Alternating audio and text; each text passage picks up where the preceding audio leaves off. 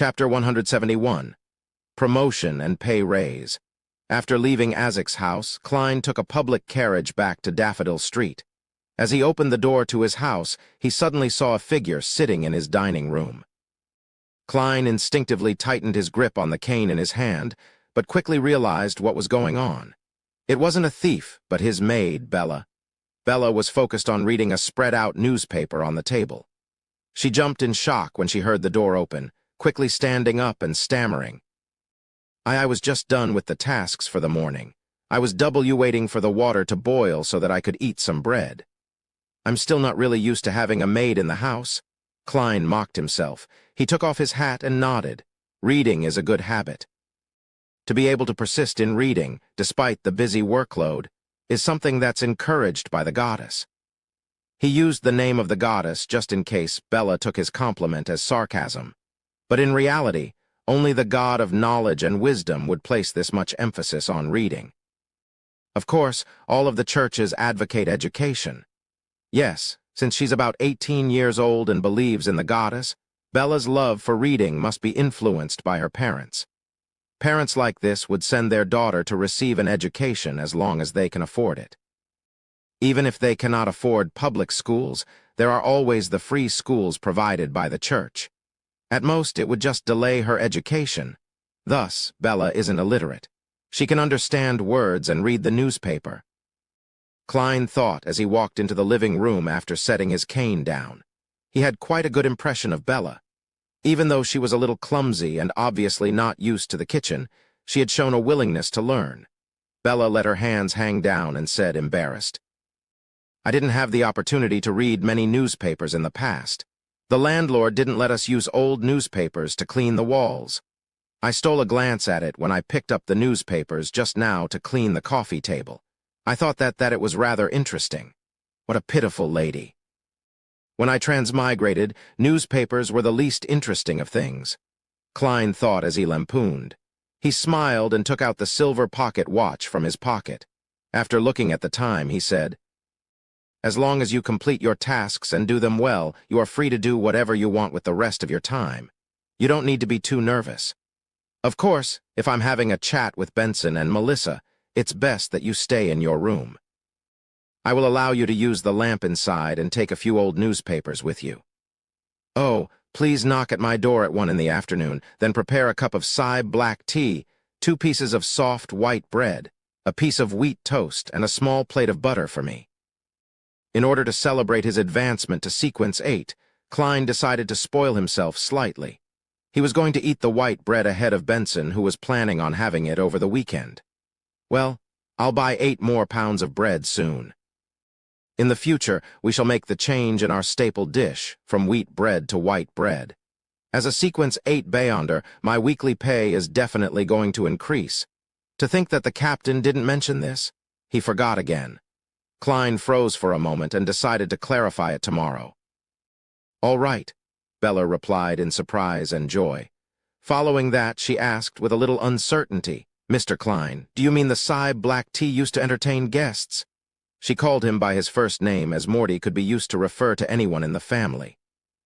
Yes, that shall be my usual tea in the future. Klein waved his hand and made his way towards the stairs. He suddenly noticed that he was in a decent financial situation after becoming a clown. This was partly because there were no other large expenses for the time being. He only needed to spend 2 solely on transport while he was investigating the houses with red chimneys, and on the materials that he needed to purchase occasionally. Claims could be made for the latter most of the time anyway. Also, there was a sum of £300 in Klein's anonymous bank account. It was important to understand that 1 ar of land in the countryside only cost 5 to 6.5 solely, which was another way of saying that Klein could afford 920 to 1,200 aries of farmland, which was equivalent to 137 to 179 mu, or 23 to 30 acres back on Earth. Furthermore, this sum of money could allow Klein to buy a house on Daffodil Street on a contract for 15 years. If I convert all that money into land, I'll get between 23 and 31 pounds a year in rent. That's not bad, but not necessary for the time being. I'll use that £300 for emergencies. I'll have to find an opportunity to tell Benson and Melissa about my true weekly salary. Klein thought as he entered his room. After locking the door to his room, Klein sat on the edge of his bed and started his cogitation. He wanted to use this method to slowly control the powers seeping out of his potion. He was very careful and very cautious. He had thought of the term losing control very lightly until he saw the mandated Punisher who had lost control. Of course, he didn't know that mandated Punisher personally. He also didn't know what had happened to him. He subconsciously thought of him as an anomaly, a rare case. It was just like how an average person would make comments about a murder they saw on the news before forgetting about it entirely. But what happened to old Neil shook Klein greatly. It made him realize very clearly that losing control was always a possibility, always around him. Loss of control might descend upon him in ways he had never thought about. That sure was a bloody lesson. Klein ended his cogitation and muttered to himself as he opened his eyes. He had dreamed of that scene many times in the past few days, jolting awake in the process and finding himself drenched in cold sweat. He wasn't only grieving old Neil's death, but also worried about his future. If he didn't have cogitation to help him sleep, he believed that there would be many sleepless nights in his future. Other than digesting the potion, I also have to try my best to control my emotions and desires. I have to keep them within reasonable levels and not be consumed by them. Klein exhaled and laid down, quickly falling asleep. On the day that old Neil passed away, Dunn's actions and words had touched him greatly. It made him critically assess the responsibilities of a Nighthawk for the first time.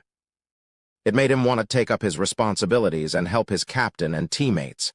Thus, he didn't intend to waste his afternoon. He was going to continue his combat lessons, 3 in the afternoon, on a crude training field. The blond, crew-cut Gawain creased his brows as he witnessed Klein slowly familiarize himself with the motions, going from the movements of a decent beginner to the movements of an apprentice knight who had been practicing for a good 6 months. All this happened in the short span of 40 minutes. He called for Klein to stop and sized him up. He couldn't help but ask, "What happened?" Klein had already come up with an excuse. He was prepared to attribute his performance to scientific research when Gawain added, "You don't need to answer if it's inconvenient for you to do so."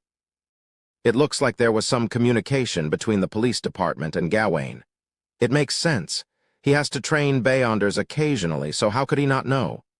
Klein heaved a sigh of relief. He smiled as he said, "Teacher, how long do you think I will need before I can take part in actual combat?"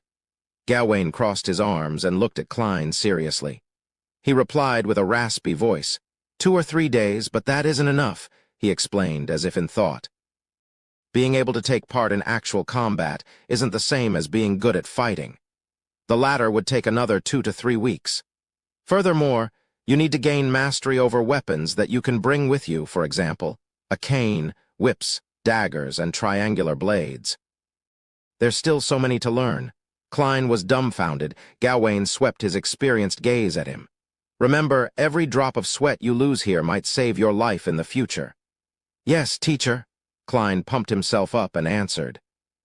On Sunday morning, Klein entered the Blackthorn Security Company and knocked on the door of the captain's office. Dunn Smith looked up as if he was expecting this. "I forgot to inform you yesterday.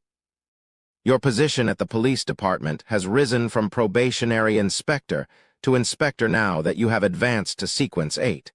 I'll get them to issue the appropriate documents and epaulets to you as soon as possible. Your weekly salary will also increase from £6 to £10.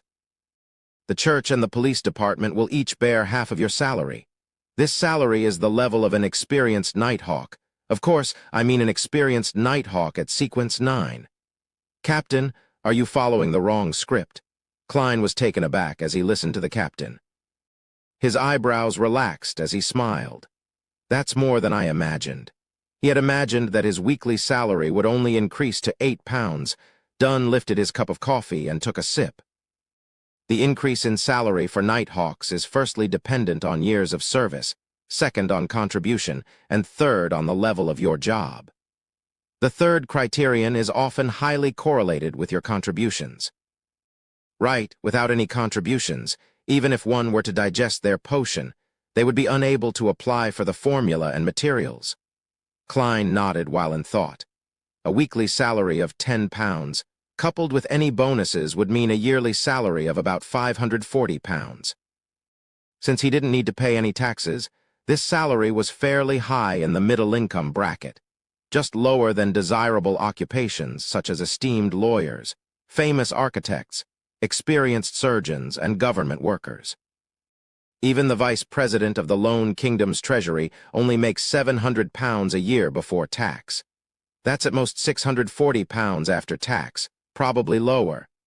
According to the newspapers, a decent house in Backland and Hillston only costs about £2,500.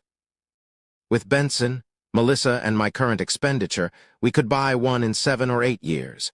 To be able to afford a bungalow in the central area of the capital in just 7 or 8 years purely through my own efforts, this salary makes me happy indeed.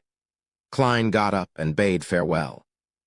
He quickly walked to the basement and took his shift at Channy's gate. Before it was 10, he suddenly heard someone approaching Channy's gate. Soon after, Dunn appeared at the door. "There's a case that requires your help." "An incident involving Beyonders?" Klein instinctively asked. "No, a parliamentary representative of this city, Mr. Maynard, was found dead in his house. The Tingen Police Department is under huge pressure and wants us to use a mediumship ritual to help them pinpoint the murderer. Currently, you are the only person on the team who can do that," Dunn explained. Then he added, "The Holy Cathedral will send over a mystery prior to our team next week. Actually, it should have been done a long time ago, but you happened to join and chose to be a seer. A metric historical unit of measurement, equal to 100 square meters. Chinese unit of land measurement that varies with location, but is commonly 666.5 square meters. Chapter 172. Autopsy? How long has the Member of Parliament been dead for?" Klein asked straightforwardly as he packed up his things. If it was more than 15 minutes, the information that he could obtain would decline considerably. If it was more than an hour, there would be very little left to find. If it was more than a month, contact with the spirit of the dead would most likely fail. Regrettably, the initial autopsy report shows that Mr. Maynard died between 9 and 11 last night. Dunn shook his head and said, "You only need to provide assistance and not consider if you can be of use." "All right." Klein took his coat and walked out of the duty room with his hat and cane in hand. Dunn Smith took his place at the Channy's gate guardroom. Theoretically, as a Beyonder, as long as one's spirituality was enhanced, things like spirit vision, divination, and ritualistic magic could be learned. Especially for Beyonders from the Sleepless Sequence who were known for their high spirituality. But in actual fact, the differences between the various sequences was vastly obvious. Dunn Smith and Leonard Mitchell had learned spirit vision, but they could only see faint white or light blue in the auras of others. They were unable to precisely differentiate the status of different body parts. Of course, they could definitely see spiritual things with spirit vision, but doing so wasn't as effective as using their spiritual perception. That also led to a problem in which Beyonders at the Sleepless, Midnight Poet, and Nightmare sequences didn't enjoy activating their spirit vision. Similarly, if they were willing to, they could also learn spirit pendulums, dowsing, dream divination, and so on. But their rate of success wasn't something worth noting. It was the same situation with ritualistic magic as well. When the two of them walked past one another, Dunn suddenly said, "I forgot to tell you that Inspector Toll is in charge of the case. He's waiting for you at the reception hall in the security company. Remember to change into your new uniform and grab your new documents." Klein wasn't surprised and replied with a smile, "New uniform, new documents. The Tingen Police Department sure is efficient." He had just advanced to Sequence 8 the day before. "It's because this case is very important, so—" Dunn spread his hands and took up Klein's previous spot. Klein walked upstairs, but he wasn't in a hurry to go to the reception hall. He entered the Nighthawk's break room and entered the attached bathroom to relieve himself. There was only a toilet bowl, a water bottle, and a bucket in the duty room. Then he changed into his police uniform that revealed his promotion to 2 silver stars and put on his peak cap with the 2 crossed swords and a crown. After transferring his flaring sun charm, Azek's copper whistle, his ritual ingredients and other items, Klein smoothed out his uniform, took his cane and exited the break room. He passed through the partition and saw Inspector Toll seated in the sofa area. It had been a while since they last met. The tall police officer seemed to have gained some weight, and his stomach was even more outstanding. With his thick mustache and hair, he looked like a brown bear that had just escaped from a circus. "I'm glad to work with you again." When Toll saw that it was a nighthawk that he knew, he let out a breath of relief. He stood up and extended his bare paw. "No palm?" Klein corrected himself and shook the other person's hand as a polite gesture. "Me too." Toll stole a glance at Klein's 2 shimmering silver stars shoulder strap and said with envy, "We're at the same rank now, and it hasn't even been a month." At first, Klein wanted to reply solemnly that the danger that we encounter is 10 times worse than yours. But he remembered his identity then. Sequence 8 clown, maybe I can give it a try. Using his spirituality, he looked at the reflection of his facial expression. He lifted the corner of his lips and replied with a smile, "Maybe in another few months you'll have to call me sir." "You sure are humorous." Toll chuckled and pointed at the door. "Shall we head out?" "All right." Klein hadn't given up his cane. Now that he had become a clown, the cane was truly a viable weapon.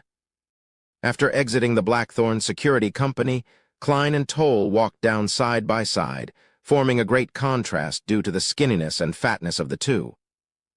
"I feel like we could even make an audience at the circus laugh," Klein suddenly jested.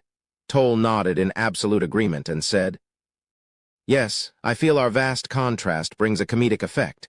You know that some circuses are trying to use fat and skinny, tall and short clown combinations in their performances?" "No, actually I meant a beast tamer and a brown bear." Klein, of course, wouldn't make such a rude remark. He went along with it and replied, "It's a pity that there are no fixed circuses in Tingen." "That's right, but we have operas, theaters, and music halls," Inspector Toll replied wistfully. They casually chatted until they got onto the police carriage. Then, Klein redirected the topic back to the case.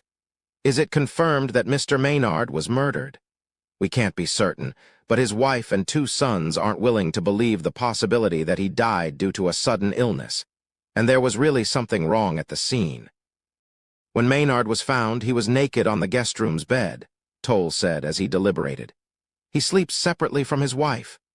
Klein leaned back against the carriage wall and mimicked the main character in various detective films.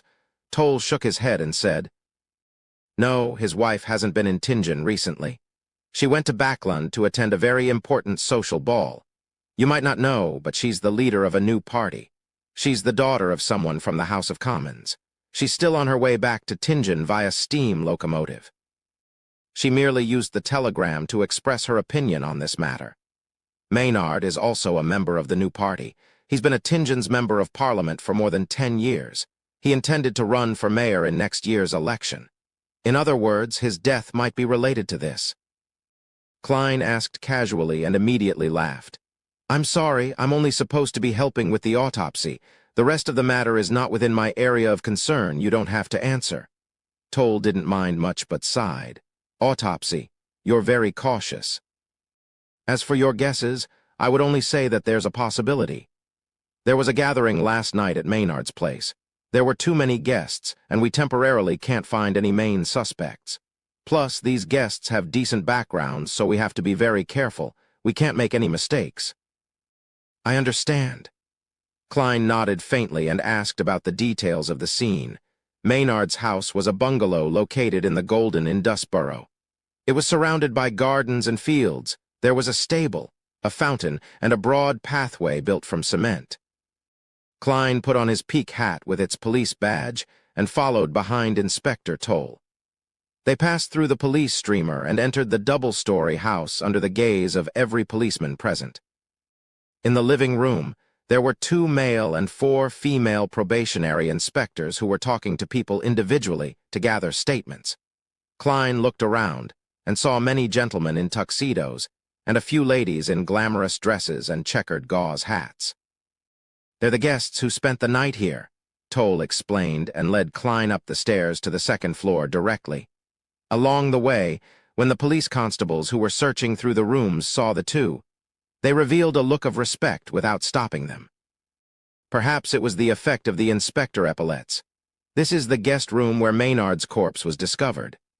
The brawny Toll stopped by the crimson wooden door. Klein thought and asked, "Which guest was assigned to this guest room?" "Nobody. There are too many guest rooms in the house, so it wasn't used."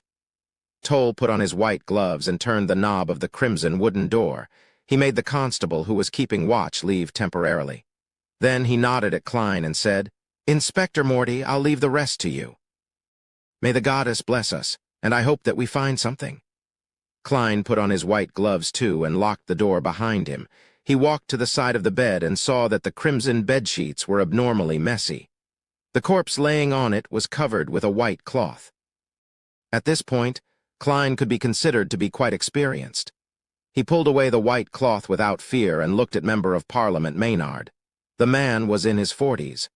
His blonde hair was trimmed short, and his expression was a mixture of pain and happiness. Klein took 2 steps back and took out the ingredients he needed. He quickly finished the setup for the mediumship ritual. As the faint, calming fragrance swirled around him, he recited the divination statement that he thought of long ago. The cause of Maynard's death. The cause of Maynard's death. As he recited the statement, Klein retreated to a nearby high-backed chair and sat down slowly. His eyes darkened, then he leaned back and quickly fell into a deep sleep. In the illusory and blurry world, he suddenly saw the gentleman from earlier. With his opened blue eyes, Maynard was laying prostrate above a woman with an outstanding body and fair skin.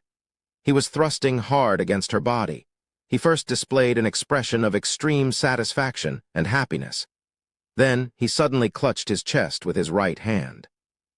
His expression then grew contorted. As Maynard fell, the image quickly shattered.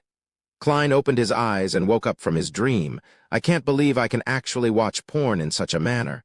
So Maynard had an affair and died of exhaustion. Klein chuckled and massaged his temples. He took out a pen and paper before doing another ritual. He drew a portrait of the lady he had seen in his dream with the aid of the ritual. Of course, everything below her neck was omitted. It was a woman whose age was hard to tell. She had the mature vibe of a woman in her 30s, but there was a remnant of innocence to her. Her eyes were crystal clear, and she had a delicate look. Klein looked at his work, then put away his ritual ingredients and dispelled the spirituality wall. He leaned sideways to grab his silver-edged cane. Suddenly, he heard the reverberating sound of someone clearing their throat.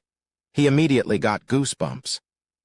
Klein looked towards the bed and saw Maynard gripping the crimson bedsheets so tightly that the tendons on the backs of his hands were protruding out. With a swoosh, the Member of Parliament who died between 9 and 11 the previous night suddenly sat up. Saliva drooled from the corners of his lips as he opened his vacant eyes wide. Chapter 173. Zombification. Before Klein could come up with any new ideas, he saw the rigid Maynard lift both his hands up. Its body lunged forward to his left amidst the sound of hurtling wind. In the past, his dulled reactions under such sudden, unexpected situations would have made it hard for him to avoid this.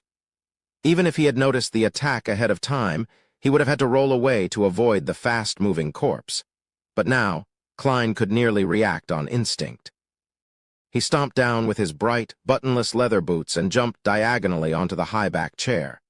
As it had only been a day since he advanced, he was still getting used to his power, agility, and speed. He had accidentally leaped too high into the air and landed on the top of the chair's high back. It was a narrow edge.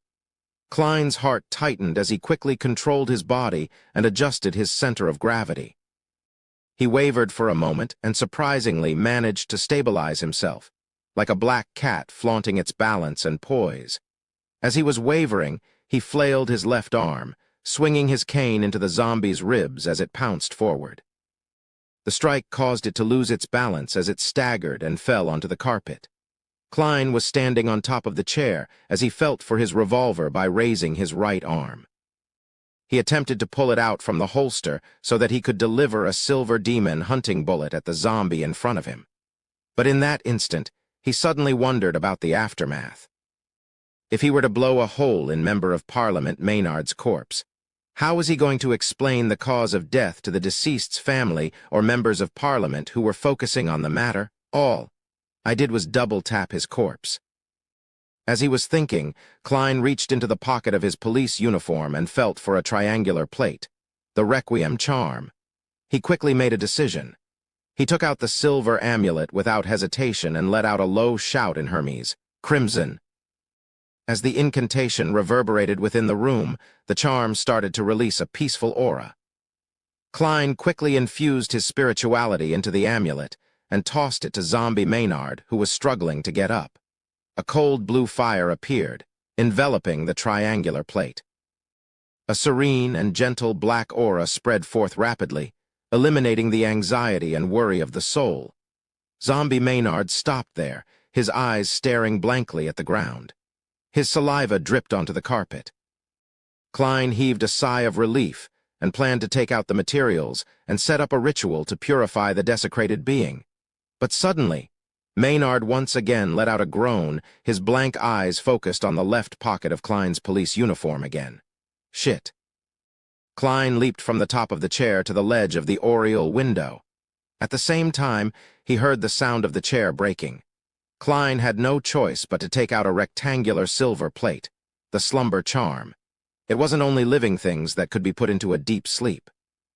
The dead were in a state of eternal sleep and would only be woken up under unusual circumstances. In certain books on mysticism, there was even such a description regarding zombies. They slumber by the day and wake up in the night. Crimson, Klein once again recited the incantation in Hermes. He intended to disregard the consequences and shoot the corpse with his revolver if that failed again. The problems that came later wouldn't matter if he was dead. As he felt the silver rectangular plate in his palm turn cold, Klein injected his spirituality into it and tossed the charm out. A dark red flame illuminated his eyes as the sound of a light explosion reverberated around the room. A gentle power spread forth, bringing with it a fatigue that affected every living being. Zombie Maynard had just propped himself up using the chair when he wavered. His eyes closed and he fell on his back with a plop. With what had just happened, Klein didn't dare to relax. He immediately took out the amantha extract distilled from night vanilla, slumber flower, and chamomile, as well as the bark of the Drago tree, and the full moon essence oil made from moon flowers. He quickly set up a sacrificial altar. Right on the heels of that, he sealed the surrounding area with a spirituality wall with the aid of holy night powder, encompassing the altar and the sleeping zombie Maynard. After silently reciting the incantation and lighting 3 corresponding candles, he dripped a few drops of essential oil extract and scattered various powders onto the flames. Klein then took a step back and cautiously looked at zombie Maynard. He then recited in Hermes, "Standing higher than the cosmos and more eternal than eternity, the Evernight Goddess, I pray for your loving grace. I pray that you look over your loyal guardian. I pray for the power of the crimson. I pray for the power of sleep and silence. I pray that you purify the unclean being around me, the gentleman once called John Maynard. Moonflower, a herb that belongs to the red moon, please bestow your powers to my incantation. Slumber flower, a herb that belongs to the red moon, please bestow your powers to my incantation." It was as if a midnight breeze blew within the wall of spirituality. A thin veil of black steam started to billow from zombie Maynard. When everything settled, Klein used his spirit vision and divination to repeatedly confirm that the zombie wouldn't awaken once more. After seeing the results, his worries eased. He ended the ritual and dispelled the wall of spirituality. Why would he suddenly come back to life? Klein stood in front of Maynard, who was on the carpet. He knitted his brows as he looked down at the corpse. To a Beyonder with high spiritual sensitivity, there were obvious signs to note if a corpse would come back to life or not, much less Klein, who was a seer. He often had a premonition of similar matters, but what had happened just now completely took him by surprise. Unless there is a more mysterious influence at play, just like what happened with the suited clown. Klein recalled the scene in his head and faintly sensed the problem. Zombie Maynard had been trying to attack the left pocket of his police uniform. Left pocket. Klein transferred his black cane to his right palm, then reached for the pocket with his left hand. He took out the ancient copper whistle that was inside. It was a copper whistle carved with many mysterious patterns. It was the copper whistle used to summon Azek's messenger. This copper whistle zombified Maynard. That's quite plausible. Even if Mr. Azek isn't a descendant of death, he definitely has a certain connection with death. It's logical that the objects that he carries with him would produce such an effect. Klein nodded in thought. He took out a copper penny and did a quick divination about his conclusion. As he was at the scene of the incident, holding the relevant objects and had ample information, he quickly got a result. He saw the copper penny fall into his palm, portrait facing up. This means yes. To think that Mr. Azek didn't remind me to be cautious that these things could happen. Well, he's an amnesiac, so it's not uncommon to forget this. Besides, the copper whistle might not have had negative effects when it was on him. There's a high possibility that it was suppressed. I shouldn't take this copper whistle with me when I'm at cemeteries or ancient castles, places that are prone to hauntings. Otherwise, I'll just be finding trouble for myself and crazily court death.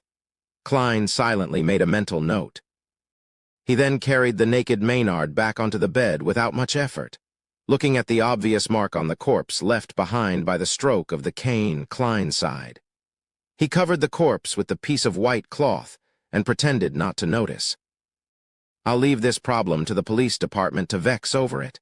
Oh, and the 2 charms I used just now can be considered mission-related expenses, so I can get compensated, he thought as he packed up. He then took the portrait and unlocked the door. The door opened with a creak and Klein saw Inspector Toll, who had been guarding outside, not allowing anyone to come near. What happened just now? Toll asked in doubt and worry. He could faintly hear the action going on in the room. Klein smiled and deliberately said with a little exaggeration, Member of Parliament Maynard came back to life and tried to give me a passionate hug. Don't joke like that. Toll looked into the room in exasperation. Why so serious? Klein said, throwing up his hands. Due to an unconfirmed reason, Member of Parliament Maynard became a zombie. Well, the kind of things that would happen in ghost stories. Fortunately, I hadn't left yet, so I used ritualistic magic to purify the desecration, allowing him to return to his eternal slumber. Is this related to his cause of death? Toll asked, his expression stern. I cannot give you an answer to that. I don't even know what the problem is. You should know that in our field, unexplainable things are a common occurrence, Klein said. He then looked at the portrait in his hand. When I was doing the mediumship ritual, I saw the scene of Maynard's death. He was engaging in some activities that should only be done between a husband and wife with this woman. And at the climax of his joy, he clutched his chest where the heart is. You mean that? That is the cause of his death. Toll gave him a nudge and wink look. In theory, yes, but you should wait for the autopsy. Klein handed the portrait over to Inspector Toll. Toll had only glanced at it when he exclaimed, Madam Sharon! Klein looked at him, lost. Is she very famous? Yeah, judging from her looks and figure, she should be famous. He lampooned in his heart. Toll looked around and introduced her in a somewhat excited manner. Madam Sharon is the prettiest widow in Tingen City. She's the most sought-after lady in social settings. She was the second wife of Baron Coy, but unfortunately became widowed. She is welcomed by many amongst the nouveau rich merchants and aristocrats, someone who can be invited to banquets by both the Conservative Party and the New Party. It's rumored that she and her stepson, the current Baron Coy, are on friendly terms with many nobles and senior civil servants in Backland. She's a powerful lady. To think that she and Member of Parliament Maynard had such a relationship. He. Simply put, she's an exceptional socialite. Klein secretly concluded. He turned around and pointed into the room. The next part is not included in my job description. How you interrogate Madam Sharon is none of my business. Also, I hit Member of Parliament Maynard with a cane before the purification. You'll have to deal with it and think of an explanation. Chapter 174, Madam Sharon. What? The bear-like Toll jumped in shock and looked at Klein before looking into the room. With agility that wasn't suited to his body, he dashed in. He pulled back the white cloth that covered the corpse, and after examining the body carefully, he heaved a breath of relief. It's better than I imagined. It's not that serious a problem. Maybe I should have drawn my revolver and shot Maynard 5 times with demon hunting bullets. Let's see if you find that serious or not. Klein lampooned inwardly and pointed outside the door. That's all that you need me for, right? No, Toll shouted. Wait a moment, Klein asked, puzzled. Why? Toll explained seriously. We have to prevent any accidents from happening. After we talk to Madam Sharon and get her testimony, I'll send you back to Zoutland Street. If Maynard can resurrect after being dead for 10 hours, what else couldn't happen? What would I do if you leave? Toll added in his head. All right. Klein massaged his temple and said, Find a quiet room for me to rest in then. He wasn't feeling his best in every aspect as he had just advanced a day ago. Having just performed multiple ritual ceremonies, used 2 charms, and suffered a non-trivial scare, he needed to enter cogitation to eliminate any problems. Klein was now extremely cautious about losing control. Toll covered the dead body with the white cloth again. He obviously relaxed and replied, No problem. He brought Klein to a guest room that was closer to the sunlit side of the house. He pointed and said, Inspector Morty, don't worry. No one will disturb you. I'll be paying Madam Sharon a visit first. Klein nodded slightly and watched him walk away. Then he closed the door and drew the curtains. In the dim and silent bedroom, he slowly walked over to the rocking chair and sat down comfortably. He allowed his body to rock back and forth rhythmically. There were countless spherical phantasmal lights overlapping in his mind. The buzzing sounds in Klein's ears and the throbbing ache in his head slowly vanished, bit by bit. When his situation stabilized, he opened his eyes and looked into the darkness. He outlined a bed, cupboard, and other furniture. Then he calmly thought about his earlier attempts. There isn't much feedback from a few exaggerated jokes.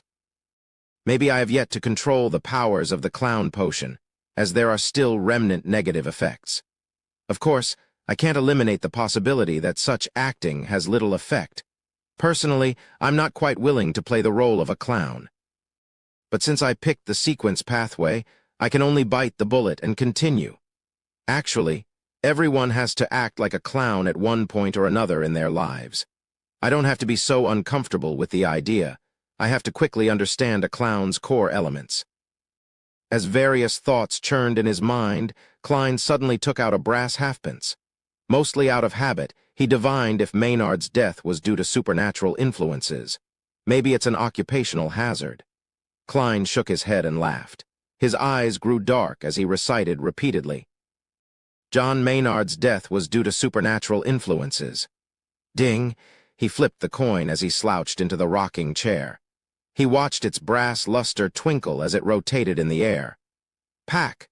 The coin fell right into Klein's open palm, revealing the number 1-2 facing up, a negative answer. In other words, there weren't any supernatural influences involved in John Maynard's death. I guess that man died of orgasmic pleasure. The deceased shouldn't be laughed at, so I won't be using an insipid Chinese phrase to mock him. Klein put away his coin and allowed his thoughts to wander before he nearly fell asleep. Knock, knock, knock. Under the slow and rhythmic knocking, Klein tidied his clothing, put on his policeman's peak cap, and walked to the door. Just as his right palm touched the knob, a scene appeared in his mind. The bear-like Inspector Toll was standing outside the door and pulling his collar. His expression looked disturbed and helpless. Klein turned the knob and opened the door leisurely. Inspector Toll appeared before him as he pulled at his collar. Sorry for making you wait so long. We've already found Madam Sharon and obtained her statement. You can return to Zoutland Street. I'm really sorry for taking up your precious time. Klein didn't ask the reason for his current emotions, but he smiled and said, Madam Sharon admitted that she was with Maynard last night. Yes. She said that under the influence of alcohol, she and Maynard didn't manage to control themselves. When she found out that he died of a heart attack, She was very afraid, so she fled the room after she tidied herself up. She then hid in her own guest room. We don't have enough reason to raise charges against her right now, so we had to let her go while restricting some of her freedom. We'll have to wait for the autopsy, Inspector Toll explained in detail. Klein leaned his head sideways and smiled. Who are you explaining this to? Toll shook his head and forced a bitter smile. Oh yeah, I don't have to explain it to you. I'm just frustrated by Mrs. Maynard, and I started blabbering without realizing it. Maynard's wife is back, Klein asked in response. Yes, unfortunately. There was something abnormal about the steam locomotive. It wasn't late. Toll gave an affirmative answer in a joking manner. Klein didn't ask further but checked if he had all his personal belongings before following Inspector Toll down the stairs. Why aren't you arresting her? She's a murderer. I want to sue her, and I want to sue all of you for negligence of duty. I'll hire the best lawyer to sue you. Harsh remarks entered Klein's ears, and he looked over subconsciously. He saw a voluptuous and fair middle-aged lady staring angrily across her. Despite having two young men holding her arms, she continued yelling at them. A very trendy regal gown in Backland this year. Having frequently read the magazine, Ladies' Aesthetic, the first thought on Klein's mind was something unrelated to the situation. He then saw a few gentlemen protecting a lady behind them. The lady was in a long black dress with fair, smooth skin, waterfall-like brown hair, and brown eyes. She looked as pitiful as a fawn in the woods. It made people want to protect her involuntarily. Madame Sharon. Klein suddenly thought of the porno she had starred in. He quickly lifted his right hand, covered his mouth, and coughed twice. Out of habit, he tapped his left molars twice and observed the people present with spirit vision. There's some sort of problem with Mrs. Maynard's body. The colors of her aura are thinner. From the colors of her emotions, she's definitely feeling anger and hatred, which is consistent with her outward appearance. Huh! The color of Madame Sharon's emotions are shaded in blue, which represents rational thinking and calmness.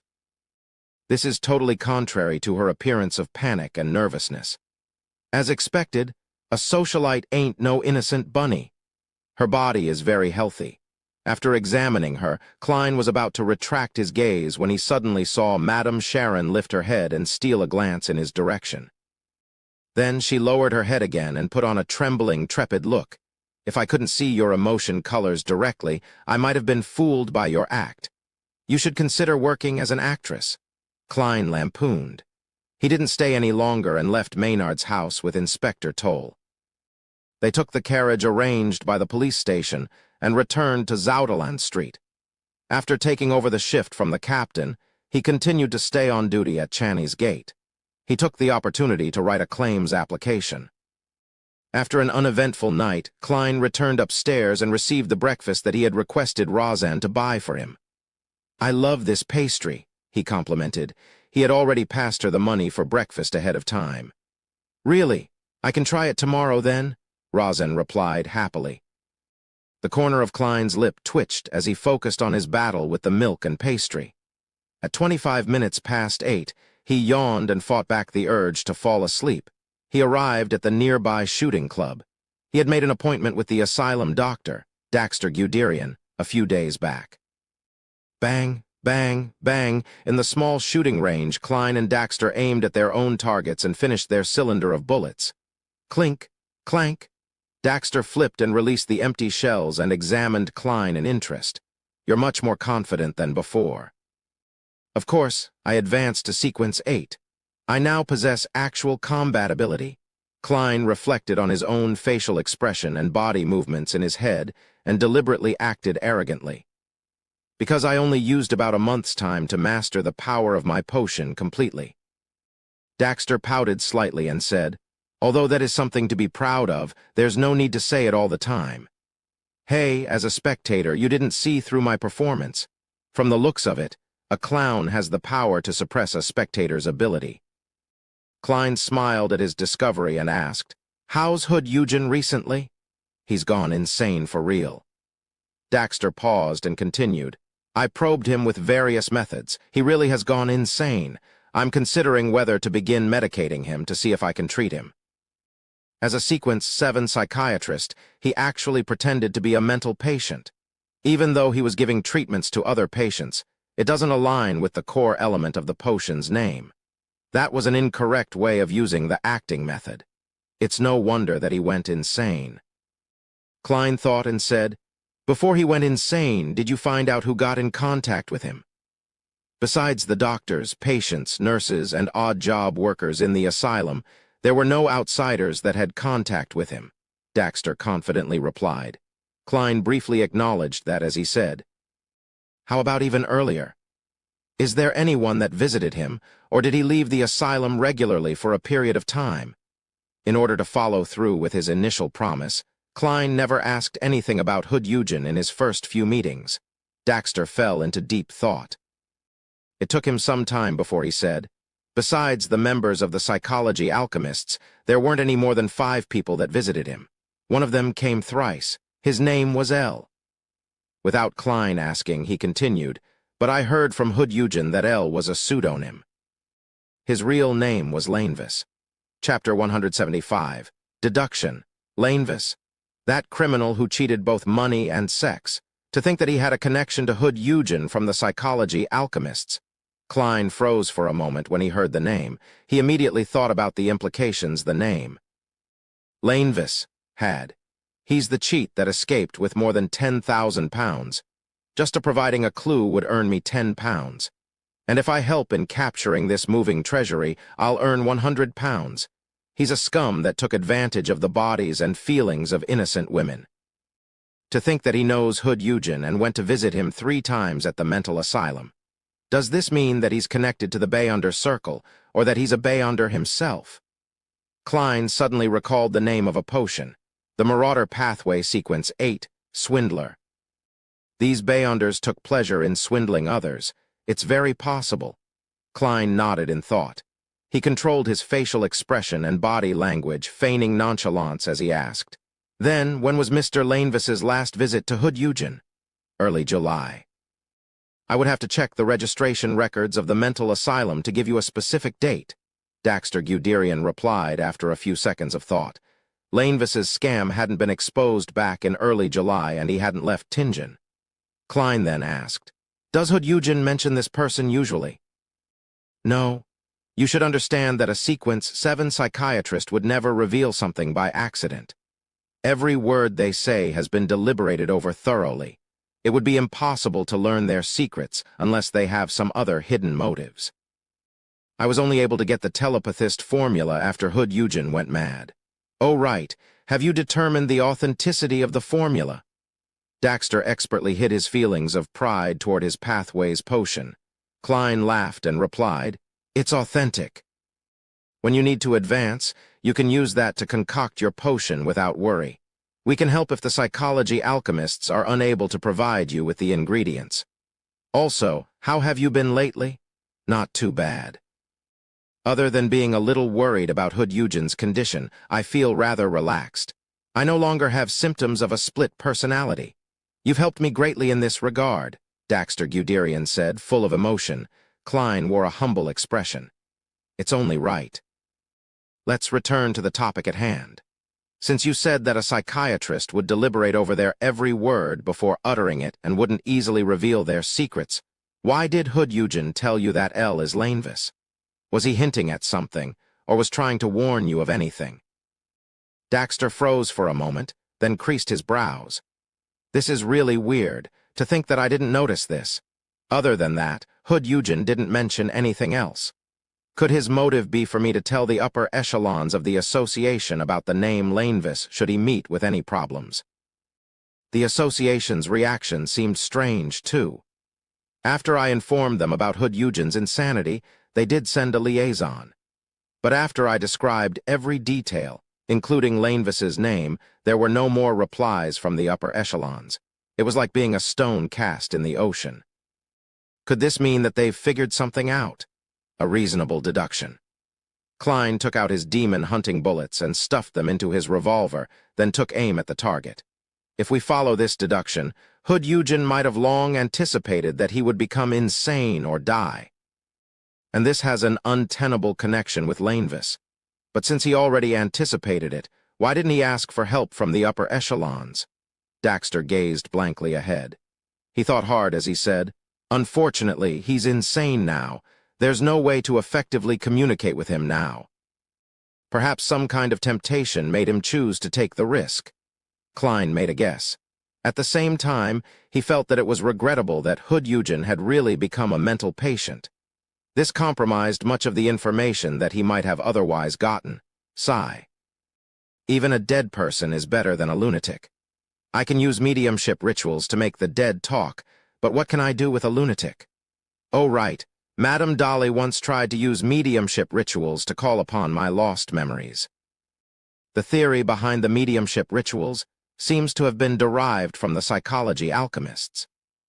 This means that I can also use the mediumship rituals on the living and create a scenario where I interact with his spirit directly using my spirit. I wonder if Hood Eugen would still be insane under those conditions. Unfortunately, I'm not advanced enough in this field, so I don't think I would be able to do it. I'll call upon the messenger and ask Madame Dolly about it first. I'll see if she can provide me with any techniques. If she thinks that only she can accomplish it, then I'll tell the captain and get him to send a telegraph to Backlund to request for assistance. I'm definitely not taking this troublesome course of action just because I want to learn the technique and attempt the ritual to summon the messenger. Many thoughts ran through Klein's mind before he gradually narrowed it down to a single line of thought that could solve the problem. Daxter Guderian approved of his guess. Greed always makes one foolish. Even when a person knows that there's only the abyss in front of him, he'll still attempt to walk to the edge and take a peek. This is called crazily testing the limits of fate, Klein lampooned. Try your best to treat Hood Eugen after returning to the mental asylum. Try to keep him sober for a period of time and get some clues out of him. Also, don't hide your worries and anxiety. Establish more connections with the psychology alchemists and put pressure on them to solve Hood Eugen's problem. That's the most normal and reasonable reaction. Daxter nodded seriously. I'll try my best. Klein didn't say any more, and after some deliberation he asked, "Has there been any abnormalities with Hood Eugen's body recently? For example, thin scales growing on some parts of his body, near insanity. True insanity and losing control were all descriptions of varying levels for a Beyonder when something was wrong with them.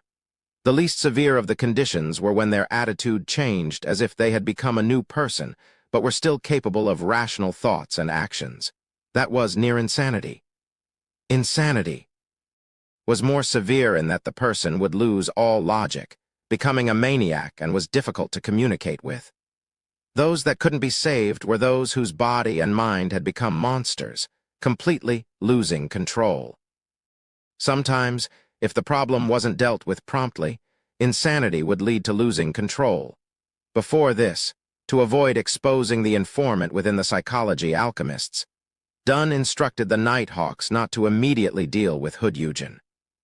Instead, they switched to surveillance to ensure that Hood Eugen didn't lose control. But if there were signs of him losing control, they would have to deal with him immediately. Daxter shook his head and let out a bitter laugh. No, you can ease your concern. I'm also very afraid that Hood Eugen will lose control, so I'm paying very close attention to detail. After all, I'm at the mental asylum 6 times a week. After exchanging a few more words, they left the shooting range 10 minutes apart. Klein fought back his intense desire to sleep and took a public carriage back to Daffodil Street. He opened the door and saw his sister sitting on the sofa. She was neither reading nor was she fiddling with machinery parts. She was just staring blankly ahead as if she had lost her soul. Tapping his molars gently, Klein activated his spirit vision and asked, puzzled, "Melissa, did something happen?" She looks healthy based on the colors of her aura, not malnourished like she was before. Melissa retracted her gaze and pursed her lips, then looked at the kitchen, which was producing some noise. Bella has been recommending the way that her family prepares breakfast back at home. She said that it's very delicious. I agreed to let her try it out this morning. What method is that? Klein had an ominous feeling. Cooking all of the leftovers in a pot, then adding water and bread. Melissa repeated softly, This is the standard recipe for food of unknown origins. Klein pinched his forehead. And so, we shouldn't waste food? Melissa bit her lips and nodded. Sis, I feel like you are questioning life. Klein cleared his throat and suppressed his desire to laugh. He then asked, Where's Benson? In the bathroom. Melissa broke free of her daze as her eyes regained their luster. At that moment, he heard the sounds of flushing from the bathroom. Benson came out with a newspaper in hand. My dear Klein, shall we get you a portion of breakfast? No, I've already eaten. Klein shook his head resolutely, feeling lucky that he arranged to meet Daxter in the morning. Otherwise, he wouldn't have gotten Rosin to buy breakfast for him. How regrettable. Otherwise, you would change your views on my culinary skills and be filled with confidence about it. Benson let out a self-deprecating laugh. At this moment, Melissa noticed something. She turned to look at Klein and said, You're back rather late today. Sis, be more innocent and lively. Don't worry about me all the time. The state you were in just now was great. Klein immediately smiled. I have good news. You passed the examination of the police department and can obtain an increased salary, Melissa asked without thinking. Benson also smiled and nodded. Klein grabbed his hat and stood at the edge of the living room. He said in amusement, How am I supposed to surprise you guys like that? After that, he added with a dry cough, Yes, my salary has increased severalfold. He hit his recent increment of 4 additional pounds a week. He intended to save up a small piggy bank for himself. After all, he couldn't just rely on the money in the unmarked account. Furthermore, mentioning that his salary had increased severalfold was enough to scare his siblings. 6 pounds. Melissa exclaimed in shock, finding it bizarre. I really need to change my job. Benson stroked his hairline. With the information Klein provided him, he had been putting a lot of effort into his studies. Without waiting for Klein to speak, Melissa said with a delighted expression, In that case, after deducting our normal expenses, you'll be able to save up enough money in 2 or 3 years to meet the standards of a marriageable gentleman. Well, it was Elizabeth who told me about the standards, Klein said at a loss, amused. That's something to be considered far into the future. Shouldn't we celebrate? I hereby announce that from today on, our staple food shall become white bread. After my workload decreases, we shall go try out delicacies from different restaurants. Melissa glanced at him and, as though she did not hear what Klein had said, she said, Benson and I are attending Mass at the St. Selena Cathedral. Do you want to come? I am praising the goddess every day. Klein laughed. I need to catch up on sleep. He slept until 12:30 in the afternoon. After he had lunch with Benson and Melissa, he continued on with his mission of searching all the houses with red chimneys. When it was late at night, he sealed his room with spirituality and prepared to try the ritual for summoning spirit guide Dolly's messenger. Chapter 176. Letter. For Klein, setting up a simple ritual was as easy as breathing. Very soon, he was done preparing the ingredients, and he lit up the candle that represented himself. Looking at the flickering candlelight on the desk, Klein had an amusing thought for some baffling reason. Would this be considered holding a candlelight vigil in memory of myself? Fuck, what the hell am I thinking? He reined back his thoughts and picked up the black rotten flour powder that belonged to the domain of death and sprinkled it onto the candle. In return, he caught a whiff of a smell that was akin to formaldehyde from his previous life. Immediately after that, he dripped full moon essence oil, a favored item of the Evernight. Amidst a sizzling crackle, his surroundings suddenly became quiet, and there was a shapeless, magical surge. Klein took a step back and softly recited in ancient Hermes. Then he changed into Hermes. I summon in my name. The spirit that wanders about the unfounded, the higher dimensional creature that a human orders, the messenger that belongs to Dolly Simone. Whoosh, the wind wailed and the dim candlelight was tainted with a blue luster. Under its illumination, the wall behind the desk produced translucent ripples and a creepy face surfaced. Other than its mouth, it had no eyebrows, eyes, or nose. Its thick lips parted, and a long red tongue was extended. There were sharp, irregular teeth that lined its mouth. In addition, the tip of the tongue had 5 delicate fingers. They were constantly extending and retracting as though they were waiting for a delivery. This is Dolly's messenger. Compared to Mr. Azek's, it's just like a child. No, I can't accurately determine their differences. Yes, one is an adult giant, and the other is a human baby. I wonder if it's due to the mystical item or if it signifies Mr. Azek's strength. I have to reevaluate my understanding of him. Perhaps he's a high-sequence Beyonder. Crap, I forgot. In the letter, I should have asked Madame Dolly for the names of the Sequence 4 and Sequence 3 corpse collector pathway. Mr. Azek most likely belongs to that pathway. Of course, he might have not advanced via potions. Yes, perhaps it's a gene that's passed down from his ancestors. I'll ask next time the messenger is waiting. Klein looked at it seriously for a while and passed the neatly folded paper into the messenger's hand. Then he watched as the hand gripped it tightly. Whoosh! The messenger retracted its tongue and swallowed the letter. The translucent, creepy, and wriggling face shrank back into the wall and disappeared. I've got to say, this magic is quite cool. Rather convenient too, but it can't be spread. Klein looked at the candlelight that had returned to normal. He shook his head and ended the ritual. Monday morning. Backlund, Empress Borough. In a hidden corner of the municipal garden built by Duke Negan, Zio Derecha with her unkempt blonde hair and Forswall with her languid bearing were gawking at the liaison before them in a daze. They were momentarily at a loss at which language to use for a greeting. The petite Zio, who was slightly over 1.5 meters tall, looked at the golden retriever that had extended its tongue and was wagging its tail. She smoothed out her trainee night attire and weighed her words before she said, "Are you Miss Audrey's messenger?" Oh my goddess, why am I asking a dog so seriously? Fors was holding a thin cigarette with her fingers as she chuckled. Maybe it's a magical creature? I've never seen a magical creature that looks so much like a dog, Zio replied in all seriousness. Susie sat down and closed her mouth. She then pointed at her belly with her paw. There was a leather pouch tied around the dog's body amidst her long, golden fur. Zio looked to her left and right, making sure that there was no one watching before she quickly moved closer. She bent down and removed the pouch.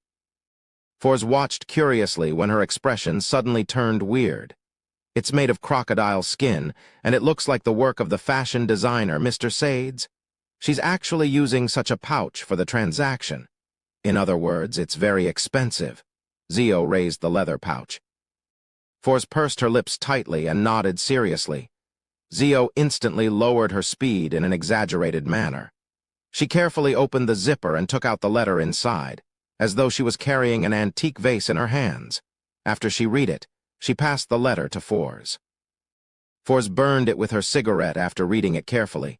She watched as it turned into ashes and scattered onto the soil. There's no extra information provided.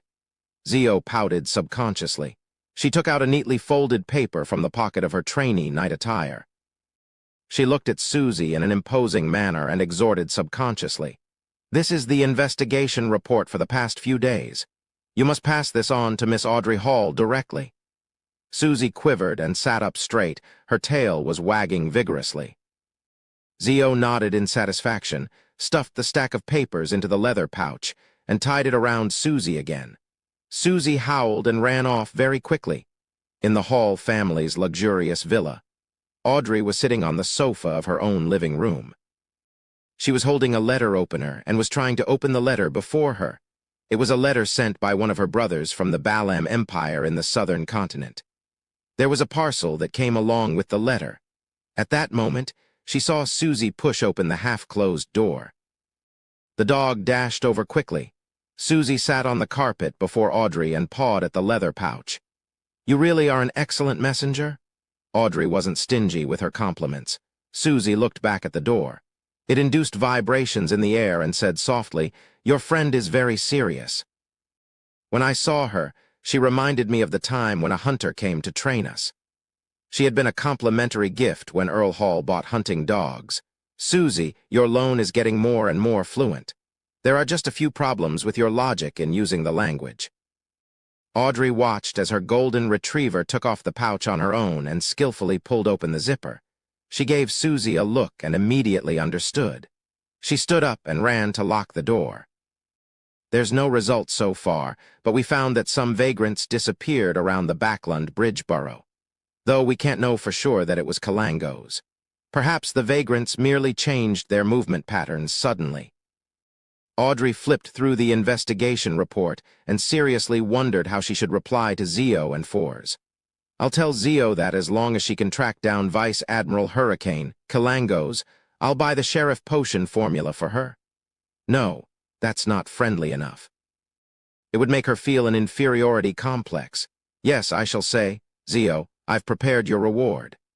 As long as you can complete the task, 450 pounds will be yours. Sigh, as far as the main ingredients for the telepathist formula, I've only found the Farsman rabbit's spinal fluid. I still need the rainbow salamander's pituitary gland. Glaint, Zio, and Fours have yet to find it. Audrey, cheer up. At least you've digested the spectator potion completely. Once you put together all the ingredients, you'll become a Sequence 8 Beyonder. Audrey reined in her thoughts, picked up a pen and paper, and quickly wrote a reply. She stuffed it back into the leather pouch and entrusted Susie to make another trip. She watched her golden retriever as she opened the letter that her brother had sent. She read it with a smile. My dear sister, I think you should come to the southern continent too. Come over to the colonized regions of the Balem Empire. There's abundant sunlight, fresh air, a clean environment, freshly caught seafood, various unique cultures, and the very kind and obedient Balem people who make good servants, as well as the smell of freedom. On the contrary, Backland is cold and moist, the air is bad, there's always dust, and it's always gloomy. Plus, it's highly populated, which leads to all sorts of problems. And the endless balls, banquets, and salons. The social events are so boring and insipid that I wouldn't want to stay for a minute. Dear sister, I believe you share the same feeling. I'm not running away from home. I'm merely seeking my own place in life, but our brother definitely doesn't think so. He's always been a selfish person. Of course, he wouldn't be stingy with you, because you can only claim a tiny part of the family wealth, while I would be his biggest competition in the fight for the inheritance within the ranks of nobles. After all, our father is a count who takes a long view. He definitely wouldn't be restrained by the rule that the eldest sibling will inherit the rank of nobility. As long as he feels that it's necessary, he would do anything. Just like when he sold off half the farmland and pastures to enter the banking industry, regardless of the strong opposition. I miss Backland sometimes, mostly father, mother, and you. I miss the smile that you put on my face during those few years. You must have become the most dazzling jewel in Backland, but unfortunately, I'll only be able to return after 2 years. A career is a man's pride, while the outstanding young people in the Lone Kingdom treat the world as their stage. You can tell our dear aunt that the coastal regions in the Balem Empire are very suitable for vacations, and especially suitable for her, given how her joints ache and swell in the winter. I sincerely invite her to be my guest. If you can come with her, that would be even better. I didn't send you too many gifts. They're mainly things that are rich with the traditions and styles of Balem, such as the unique yellow silk, and the ornaments that are filled with traits related to the worship of death. I remembered that you loved things regarding mysticism, so I'll look around for you. The culture here is full of mystery. After reading the letter, Audrey picked up a pen, paper, and writing board. She leaned back into the sofa, pursed her lips, and wrote seriously, My dearest Alfred. Although it has been less than a year, the little girl in your memories has grown up. I don't like mysticism anymore, so you don't have to search for those kinds of things. Because it's very dangerous. Audrey puffed up her cheeks and added in her head. She had heard of too many tragedies related to mysterious objects when participating in Beyonder gatherings and from stories Zio and Fours recounted. She thought and declared excitedly, I'm now interested in biology. Recently, I've been in awe of the rainbow salamander. Can you ask around for me and find out where I can find one of these creatures, or if they have a complete corpse that has been preserved? Chapter 177. Sudden Turn of Events. Audrey stopped writing after she finished sharing some interesting news and scandals about aristocrats. She then adopted a serious pose as she recalled something. With her exceptional memory as a spectator, she arranged the information that she had received from her father's teachings, as well as the news she heard during banquets and salons into paragraphs.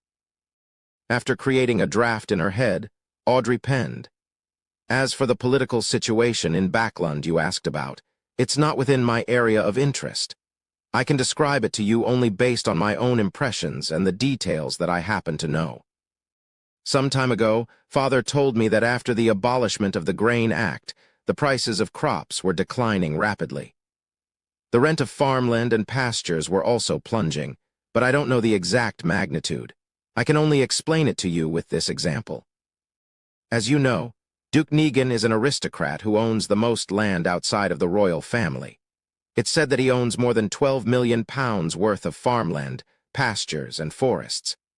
Last year, his land earned him a historic £1,300,000 in rent. But this year, it's forecast that his rent will only be £850,000, a whole £450,000 less. That's more than the entirety of the assets that I'm entitled to. Without any further explanation from me, I'm sure that my dear brother will understand the behavior of most old-fashioned nobles. They're proud of being landowners, and their income is derived mostly from rent. They place a heavy emphasis on their appearance and would maintain their current lifestyle even if they have to go into debt. They spend tens of thousands of pounds on the upkeep of their castles each year, many more thousands on clothes and jewelry, as well as their persistent hunting activities, social banquets, and the occasional lavish weddings and funerals, etc., etc. With the decrease in rent, according to my knowledge, a good portion of the nobles have met with financial difficulties. Because of this, Earl Wolf has sold 84,000 ares of land in the countryside and gotten £29,000 in return. Viscount Conrad has also sold his art collection, worth £55,000 to a national art gallery. Other than a few visionary nobles who had long shifted their focus to steel, coal, railroads, banks, and rubber industries, the rest of the nobles have been severely affected by the Grain Act. Let us praise our dear Earl Hall. Father told me that the financial distress will loosen the control the nobles have over politics. As you can imagine, the number of ministers with blue blood will decline from the next year onward. In a bid to secure funding, the Conservative Party and the New Party have promised to confer upon anyone the noble titles as long as they donate a sufficient amount of money and lack any criminal records. Of course, the caveat is that the person who donated the money must own an amount of land befitting of a noble. One example is the rich Mr. Sindras. He purchased the lowest area of land expected of a baron, 60,000 ares, then donated £100,000 to the Carlton Club and £400,000 to the Conservative Party, and donations to charity amounting to £300,000. Finally, he succeeded in receiving conferment from His Majesty and became a highly regarded baron. I've heard that there's a price list to this, £300,000 for a baronet and £700,000 to £1 million for a hereditary baron. There is no clear price for the title of Viscount or Count, but I'm sure those are sufficiently ridiculous. This year, many nobles who are facing financial difficulties are starting to seriously consider the possibility of marriages with wealthy merchants. There have already been 3 marriages like this over the last 2 months. The betrothal gifts the noble women received are something to be envied. Also, the workers who protested the Grain Act did experience a decrease in the cost of living, but the quality of their lives has not improved. Instead, it seems to have deteriorated as the bankrupt farmers have entered the city and stolen their jobs by requesting lower wages. Thus, the wages of the laborers are dropping rapidly. I remember the day when Father asked me who I felt was the winner of the Grain Act. My dear Alfred, you must know the answer. You would definitely be able to obtain a hereditary baron title through your own efforts. Zio Derecha and Forswall were returning to the Backlund Bridge Borough after they received Audrey's reply. Zio, with her messy blonde hair, was looking out the window of the carriage. Her eyes were bright like 2 burning balls of flame. She muttered the term £450 to herself repeatedly, as if reciting an incantation. Her strength and courage grew every time she repeated the term. Darkholme hasn't reported the status of the investigation today. Let's make a trip to his house." Zio suddenly turned to look at Fours. Darkholme was the leader of a gang in the Backland East Borough and had control over many beggars and thieves. Even though he looked very friendly with his chubby face that was perpetually adorned with a warm and amiable smile, Zio knew that he was a merciless scoundrel. He once broke the arm of a 13-year-old thief because the boy had hidden his profit. Unless it was necessary, Zio was unwilling to meet Darkholme, but Darkholme was one of the few people who were most familiar with the vagrants in the city. Fours pushed her slightly curly hair back behind her ear. "As long as it doesn't delay my lunch. No problem." "Perhaps I could treat you to an Ainz feast after this week," Zio promised in complacency. "Must I thank God?" Fours asked as she laughed. Unlike Zio, Fours was a moderate believer of the god of steam and machinery. As they conversed, the two ladies switched to another public carriage and arrived at the Backland East Borough and arrived at Darkholme's house. It was a terrace house located in a narrow alley. There were green plants hanging from the walls. The exterior looked relatively unkempt. Zio walked to the door, raised her right hand and knocked in a unique rhythm. The unlocked door opened with a creak following her knocks. Zio's apparently confused expression immediately turned stern, like a wary lion's. She took out a triangular blade she carried with her and cautiously pushed open the door. She then slowly stepped inside. Fours also stopped looking nonchalant, having produced a dagger of unknown origins. They didn't smell any peculiar scents, but their rich experience told them that something was off. 1 step, 2 steps, 3 steps. Zio and Fours entered Darkholme's house. Then they saw a pale limb on a gas lamp, internal organs on a coffee table, as well as strips upon strips of flesh strewn on the floor and hung on the clothes rack. Pieces of bone had been stripped clean and piled up near the door, and amongst the bones was a head, its vacant eyes open. It was none other than Darkholme. His chubby face still maintained the amiable smile, as if everything was normal. Furthermore, there was no stench of blood in the house. As a former clinical doctor before becoming a best-selling author and Sequence 9 Beyonder, Fours has seen many death scenes more disgusting than this. She patted the tense Zio, who was on the brink of vomiting as she surveyed the surroundings. Kalangos, Vice Admiral Hurricane Kalangos. He realized that Darkholme was investigating the missing vagrants and tracked him back to his house. Or could it be said that Darkholme had tracked him down, but ended up being caught? Zio fought back the urge to retch and said with a serious expression, "He sure lives up to his name as a merciless and crafty pirate admiral. The strangeness here also fits the description of his treasure." "Crafty?" Fours was suddenly alarmed as she blurted out. Could he be waiting nearby in an ambush against the mastermind behind the investigations? Zio froze for a moment before answering in a fluster. "That's highly likely." He was a Sequence 6 wind-blessed, a powerful pirate with a mystical artifact, while they were just 2 Sequence 9. This was an extremely simple and easy contrast. In the house opposite Darkholme's house, a man with a unique broad chin and dark green eyes in his 30s was standing by the window, coldly observing Zio's and Fours' opening of the door and slow entry.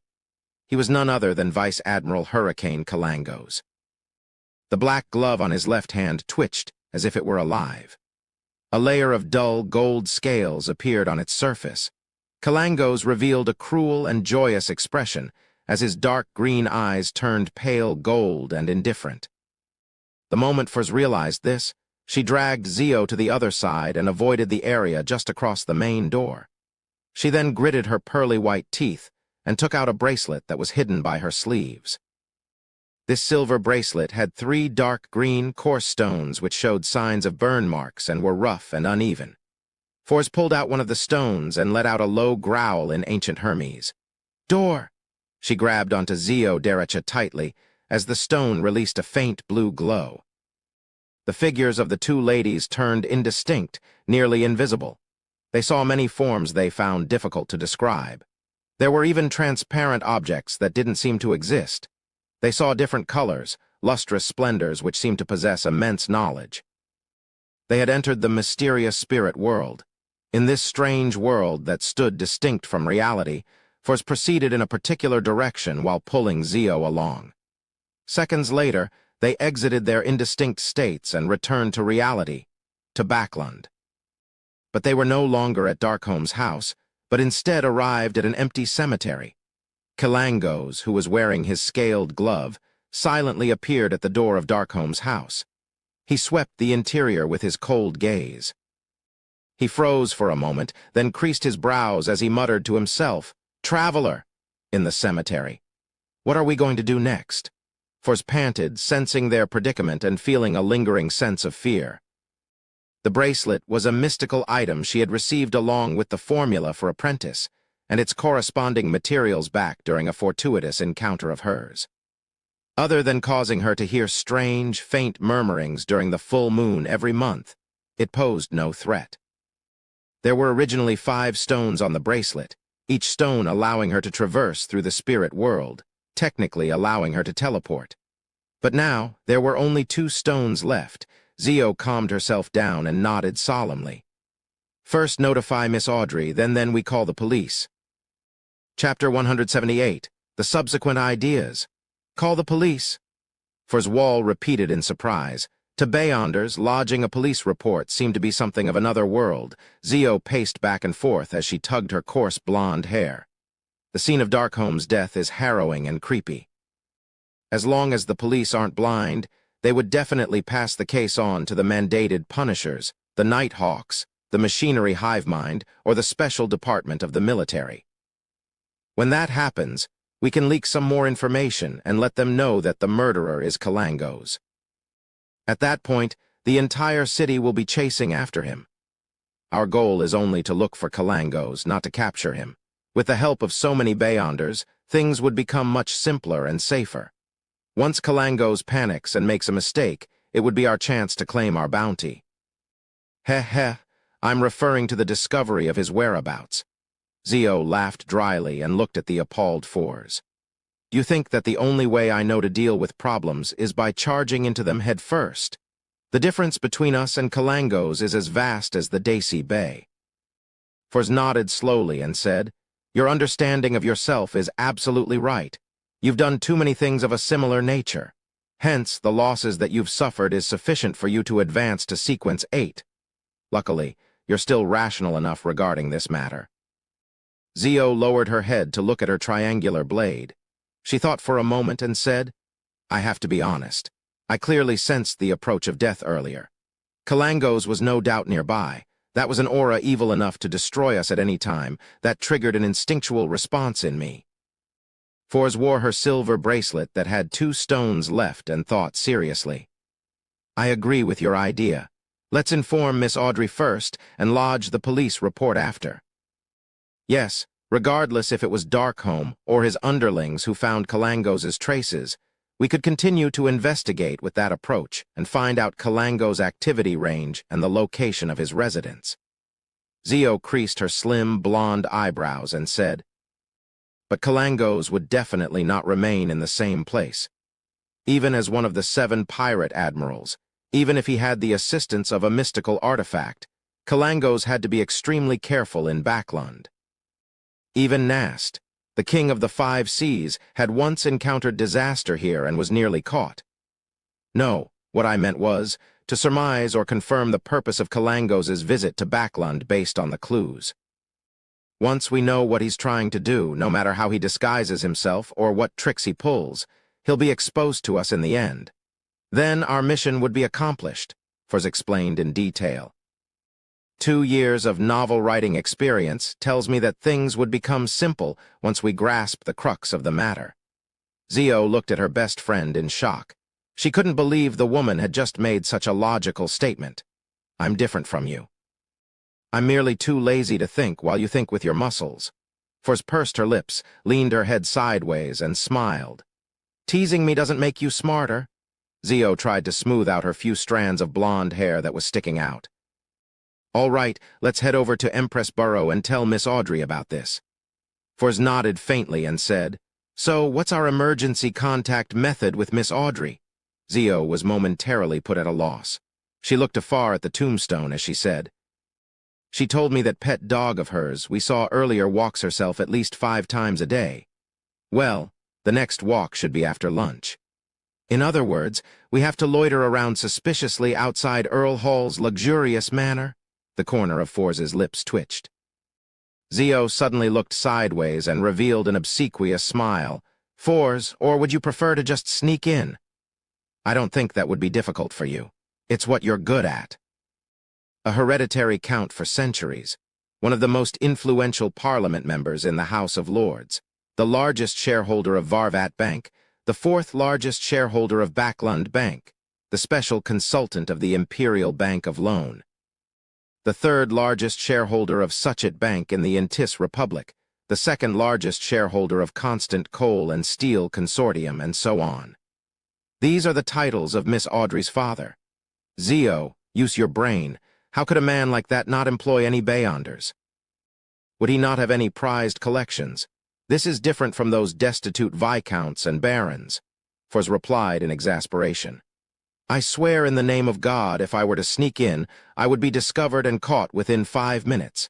Zio nodded continuously in agreement. Let's wait for the golden retriever then. With that said, she led the way. After she took a few steps forward, she spoke with her back facing Forz. Well, I will compensate you for your losses and the damages in the future. I'm referring to the stone, of course. Listening to that, the corner of Forz's lips lifted and she said, I was saving myself. And, Zio, you're going the wrong way. God, if you were an apprentice and ended up becoming a traveler in the future, it would be a disaster. Outside Earl Hall's luxurious manor, Zio and Forz hid behind an Intis parasol tree and secretly observed their target building in silence, watching the people walking to and fro. After God knows how long, they finally saw the golden retriever come out from a hidden hole under the wall. It pricked up its ears and looked to its left and right, appearing very cautious. Just as Susie started taking its walk happily, a black male dog popped up from nowhere. It fawned on Susie and started running around in circles. This is the first time I'm seeing a dog show such a human-like reaction. Just how much does it hate that black dog? Zio sighed. She could tell from Susie's gaze and facial expression that there was obvious detest. Forz smiled and said, It's just like encountering a rash, disgusting, and persistent lecher.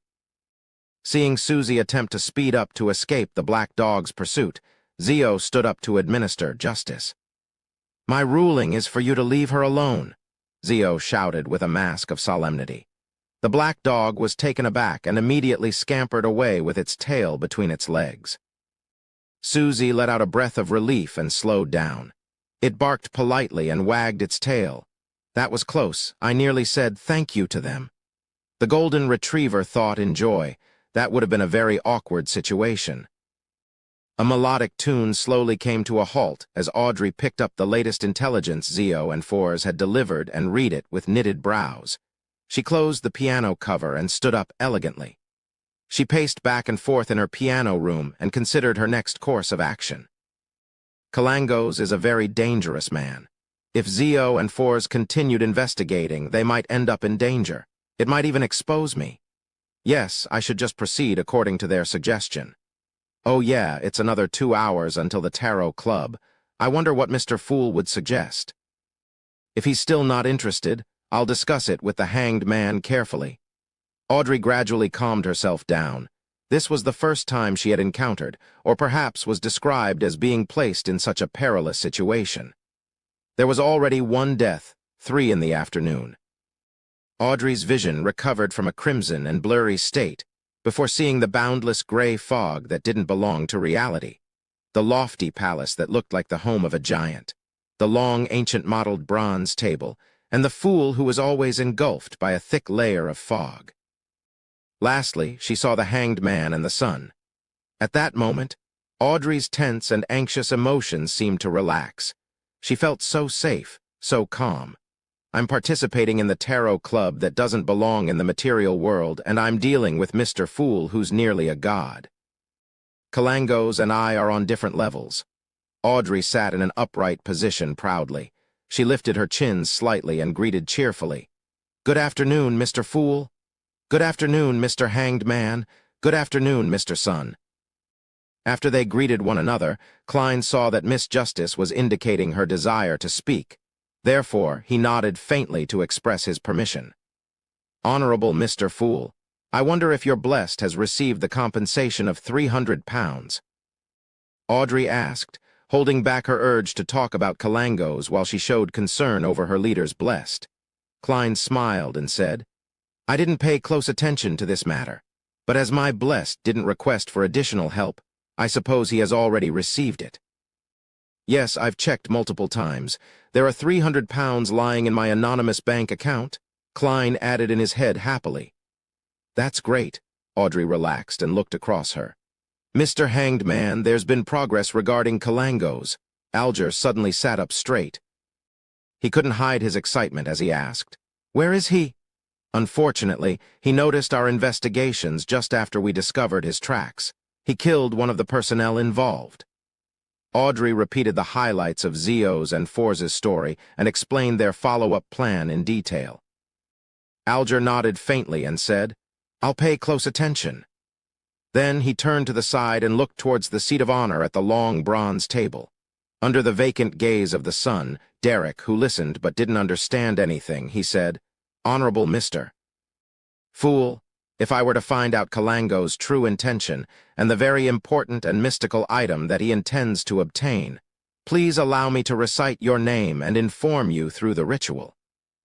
He didn't repeat his request for the fool's blessed to provide him assistance.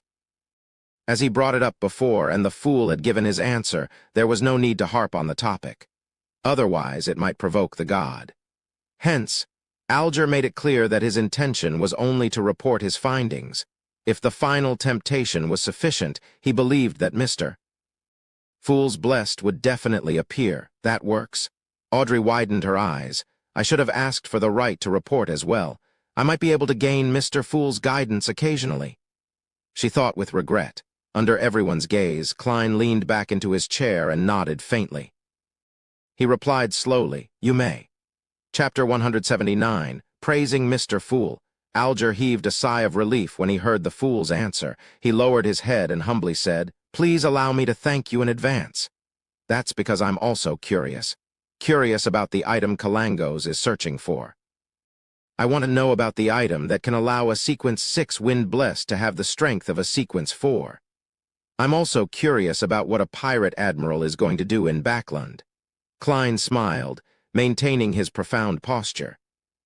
"It's not like I've promised to provide assistance after I hear your prayers," he emphasized in his heart, but now he was a lot more confident than before.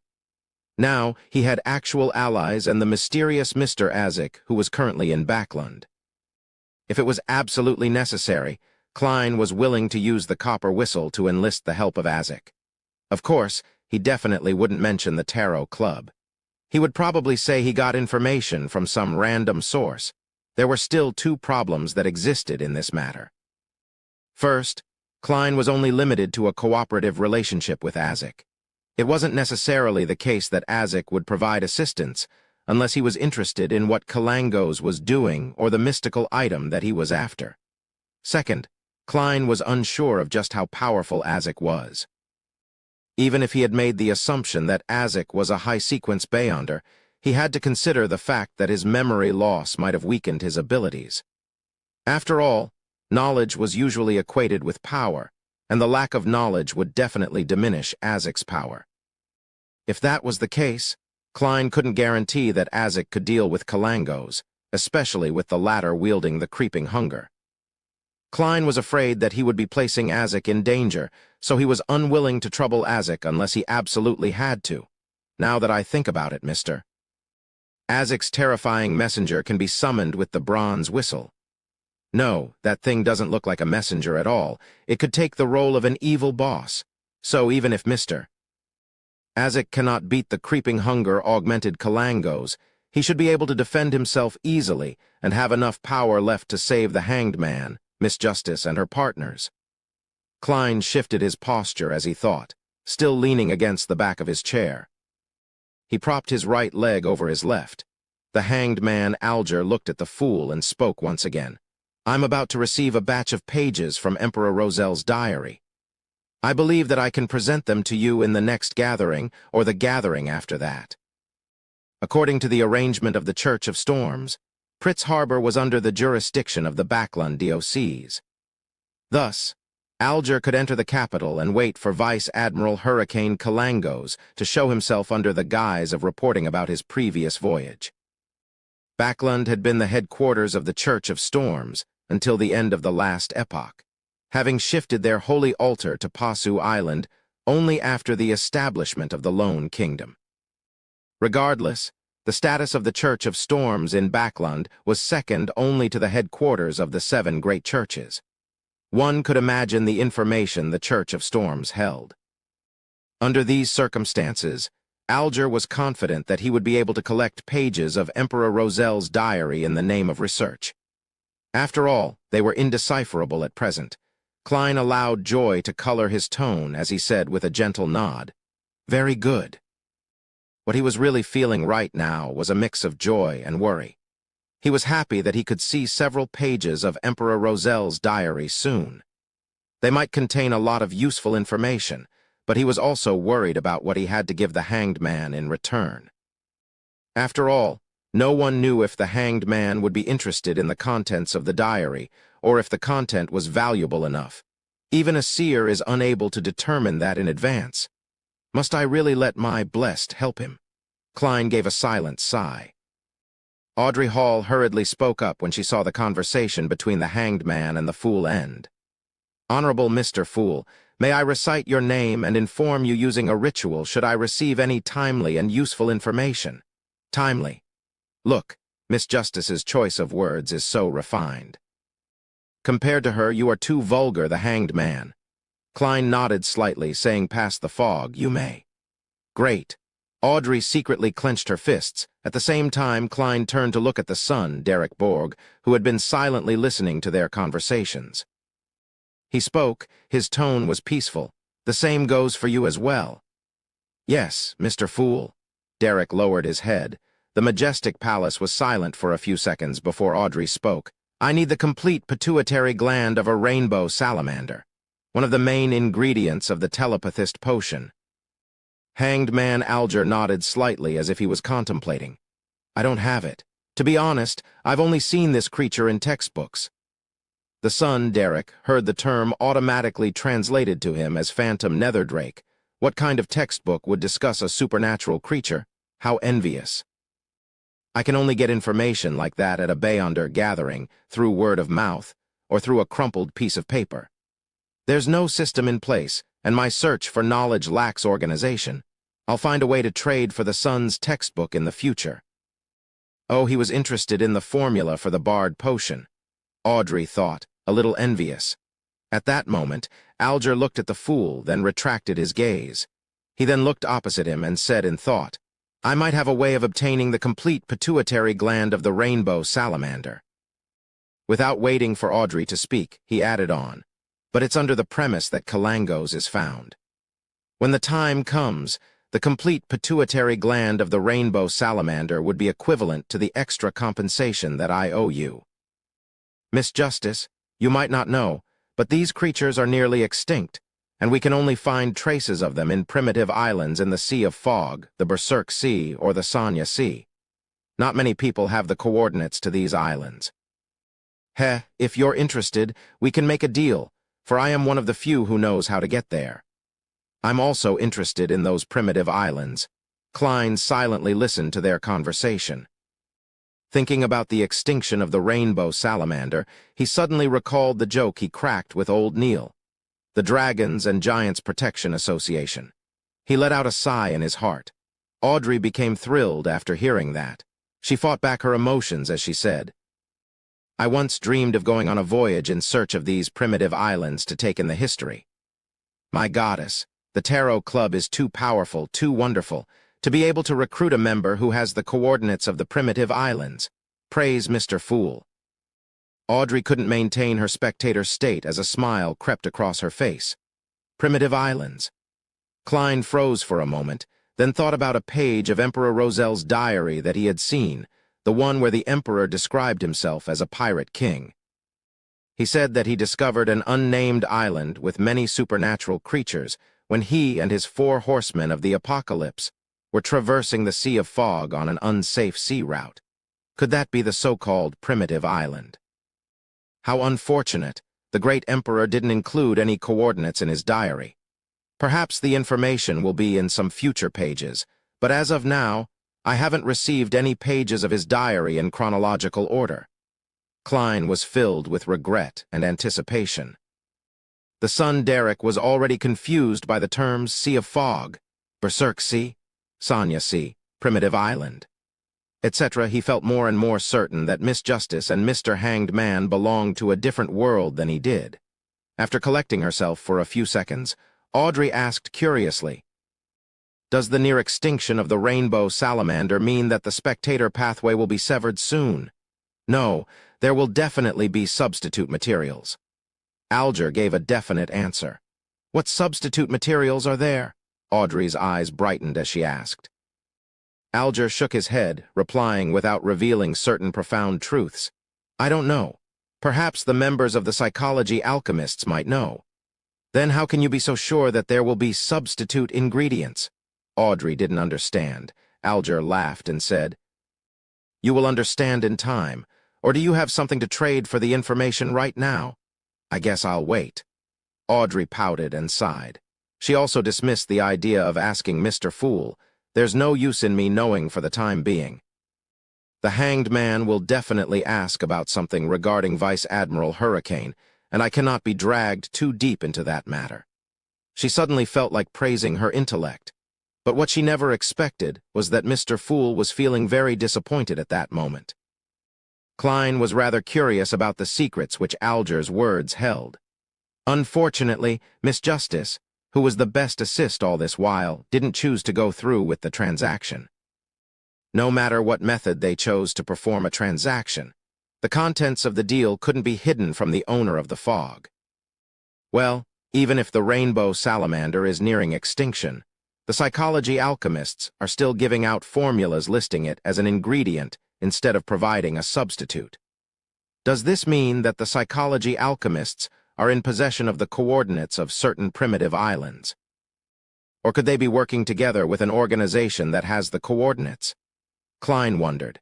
After the end of the transaction discussions, Klein looked around, then turned to the sun. He asked in a gentle tone, "Does the City of Silver still believe in gods?" Klein was merely an official member of the Nighthawks and had no access to deeper mysticism knowledge. An example would be sacrificial rituals. Thus, in order to refine his understanding of performing sacrificing dedicated to himself, to move materials in the mysterious space above the gray fog, as a sequence 8, Klein needed to learn it as soon as possible from other sources. He came up with 3 methods after continuous consideration. First, he was going to ask spirit guide Dolly, who was adept at ritualistic magic whilst also being a deacon. But this might invite suspicion from her. Thus, Klein could only patiently wait for an opportunity.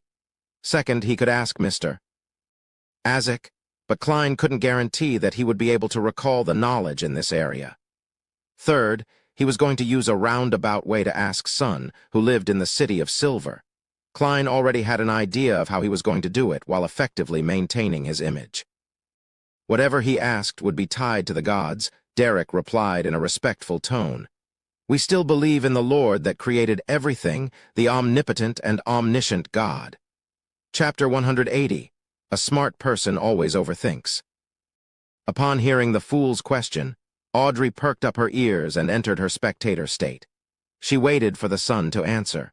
She had always been curious about where the City of Silver was and what was so special about that place, but she couldn't bring herself to ask. It touched upon his privacy after all. At that moment, Mr. Fool was asking personally. It was like finishing the first volume of an outstanding detective novel she had been reading for a long time, and she finally had the chance to buy the next volume. The Sun's answer didn't disappoint her. They didn't believe in the mainstream 7 orthodox deities, nor did they believe in death as the southern continent did. They also didn't believe in the hidden existences, evil gods or devils, primordial demoness, hidden sage, dark side of the universe, chained god or the true creator, which the hanged man had told her before. The City of Silver is really special. They actually worship the creator himself. This is the primordial worship that Mr. Hanged Man described, right? The description of omnipotence is a little strange. Audrey stole a glance at the hanged man subconsciously and realized that he was nodding slightly. Klein wasn't surprised at all. He purposely chuckled and asked in reply, "Even though he abandoned you, abandoned? The creator abandoned the City of Silver." Alger was shocked. When he suddenly made the connection regarding a particular term, the Forsaken Land of God.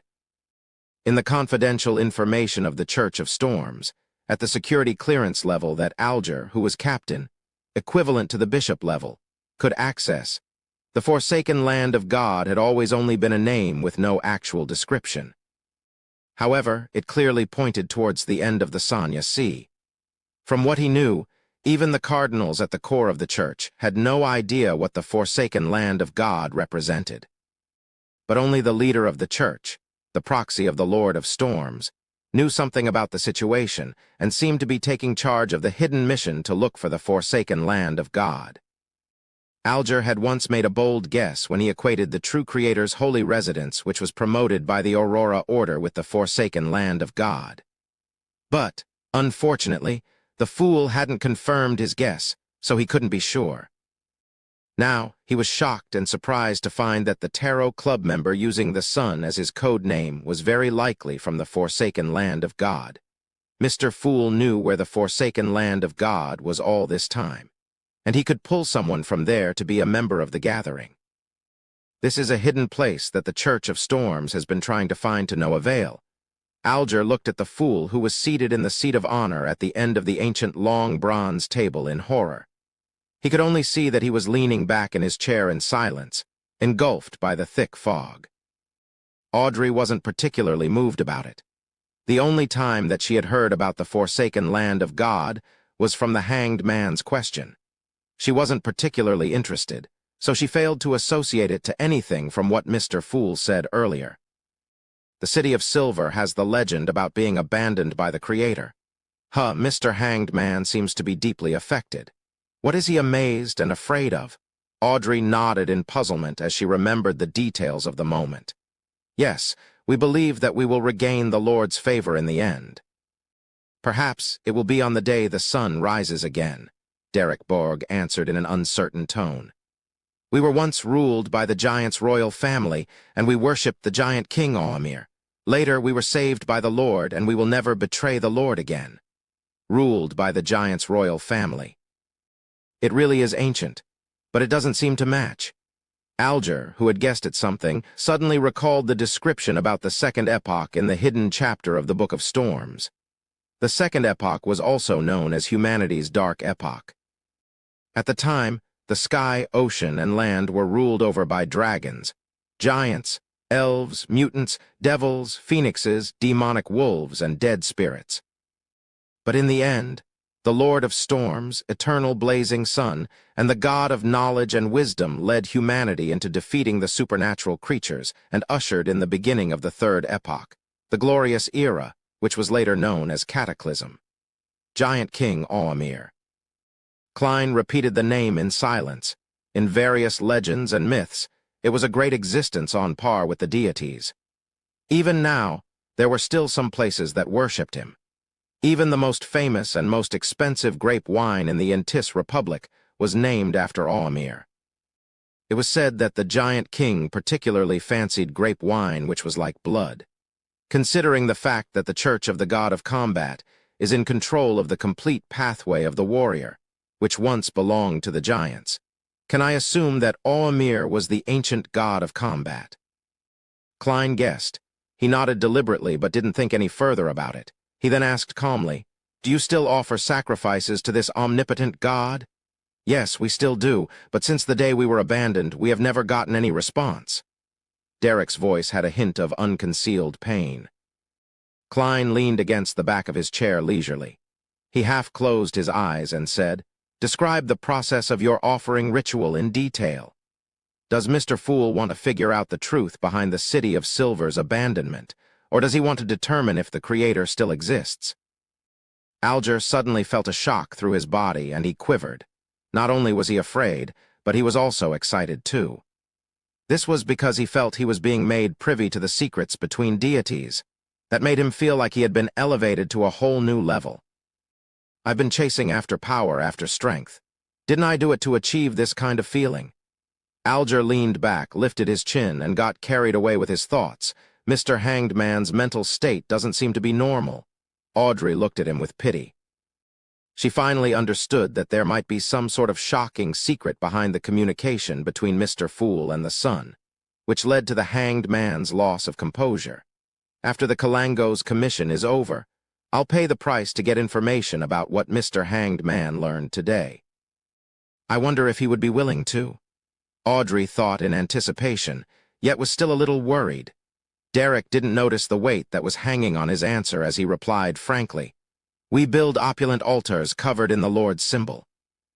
Every time we receive a bumper black-faced grass harvest, we hold a sacrificial ritual.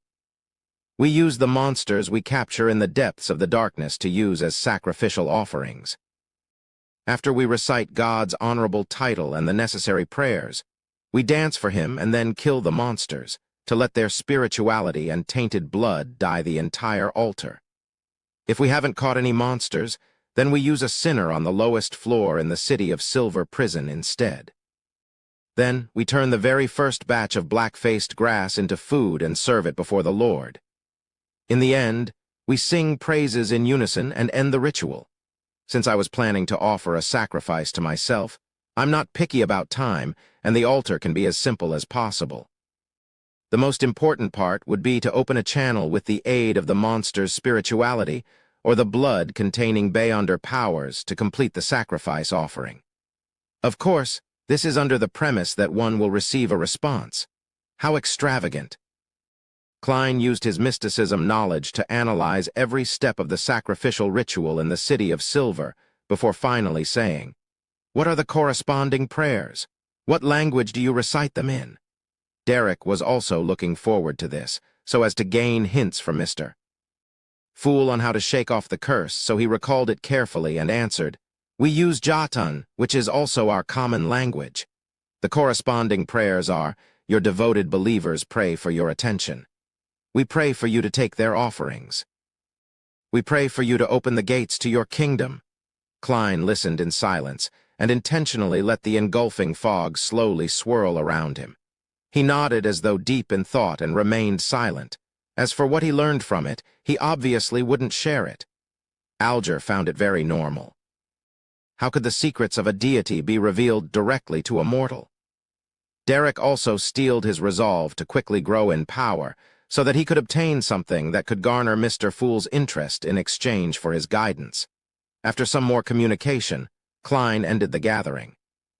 He watched Justice's, the Hanged Man's, and the Sun's figures vanish before him. He looked down and saw the boundless gray fog and crimson stars that seemed eternally immutable. However, after he advanced to Sequence 8, he realized that he could connect even more stars. In other words, he could pull in more members, at least 2.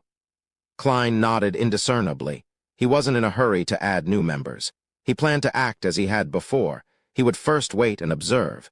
If Justice and the Hanged Man had any recommendations, he could assess them first. What I saw the last few times was when the Sun was praying.